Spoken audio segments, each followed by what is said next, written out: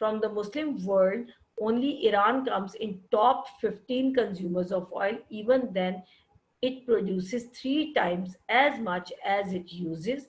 Most of the oil used by Iran is for industry and for turning seawater into fresh water.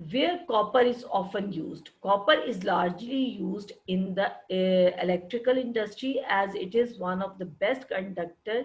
It is made into cables, wires, and many other components connected with the generation of power and electrical equipment.